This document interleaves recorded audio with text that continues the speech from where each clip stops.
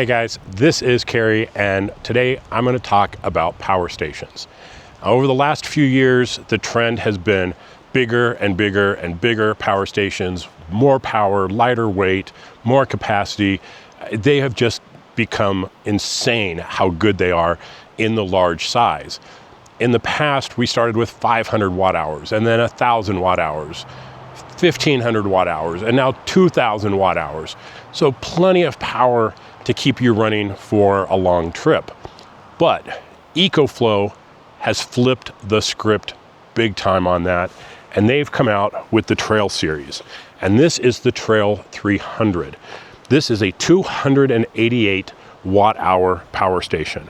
Now, why is it so small, and what can you actually do with a tiny power station? Well, first off, you'll notice there are no AC ports on here, so there's no inverter. This is for powering DC products. You've got two USB-A's at 12 watts each, two USB-C's at a whopping 140 watts each, bi-directional. So you charge it through USB-C and you can power things over USB-C. And at 140 watts, that's going to power everything from your new iPhones to iPads to Starlink to my MacBook Pro. 140 watts is plenty of power for just about everything. Plus, it has your standard cigarette lighter style carport. So lots of good features on here, but no AC. Well, that's fine. Unless you're trying to run an induction cooktop or, electric kettle. How often do you really need AC power? For me, it's pretty rare. I usually just need DC power. But 288 watts or watt hours, what is that going to do? Well, I have a list. I'm going to pull up my list of things that I have run on this.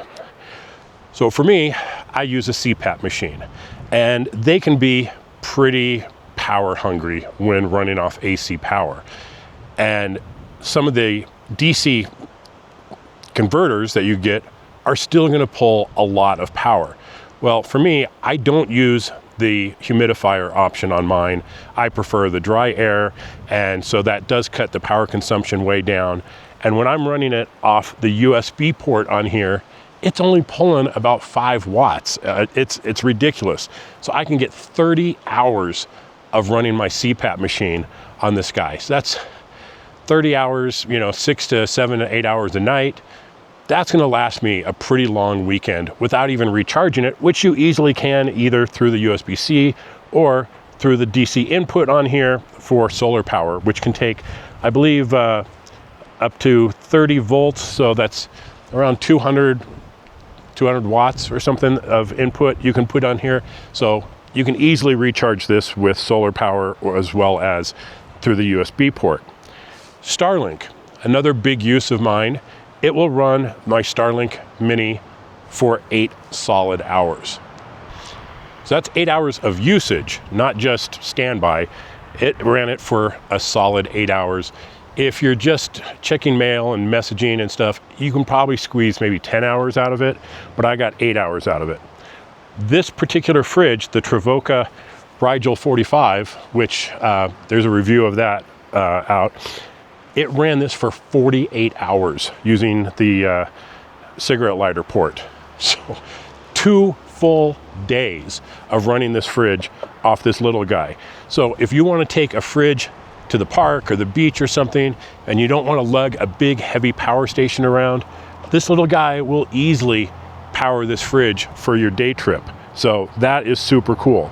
This thing weighs in at 5.69 pounds, and it is IP30 rated. So that means it's protected from solid objects larger than 2.5 millimeters, such as tools and wires, but there's no protection from liquids, which with the open ports on here, I wouldn't have expected it to be water resistant. But that being said, it does work quite well. Now, you have one switch down here, which just turns on the carport. That's the only function it has. There's no other ports on here. You can push the top button to get your status on here. You see I'm at 100% right now. Everything is charged up, it's ready to go. And they say it is drop proof and fire resistant construction. So the funny thing is, as I was opening it from its box, it's in a little bag, and I pulled the bag out and it ripped and it fell about 3 feet onto our hardwood floors. Not a scratch on it. This thing is definitely rugged. It's got a nice little handle on it so you can carry it around easily. You can see there's nothing else on it. So just a very simple device. For me, sometimes I just want a very quick way of powering up the lights on the canopy, or recharging a phone, or topping off of radios, or just running my MacBook for an extended period of time. This is a great solid unit. And like I said, for taking out a day trip with a fridge, this will be great. Often when we just go out to do a trail for the day, I'm lugging around a big heavy power station to keep the fridge running, where I can just put this thing in and not worry about it. And it'll just go.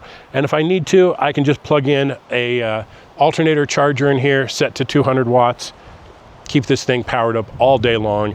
And whenever I stop the engine, it's just gonna run off the battery, not gonna have any issues. So, is there a place for these small power stations? And after having used it now for a couple of weeks, I 100% say yes, there is. When this thing comes in at, let's see, $159, it's kind of hard to go wrong with having this as a backup.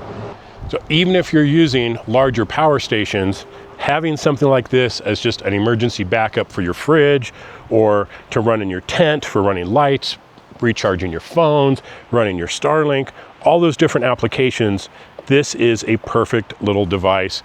I think EcoFlow absolutely nailed it with this trail series. There is a smaller unit, the 200, and they're coming out with a slightly larger one, which is also 300, but has some additional features on it. But I think the Trail 300, for my purposes, is an excellent choice. We're gonna keep this thing with us all the time, just as a backup for things, or when I just wanna walk away and have my MacBook and my Starlink running without chewing up all the battery. This is going to be a great option.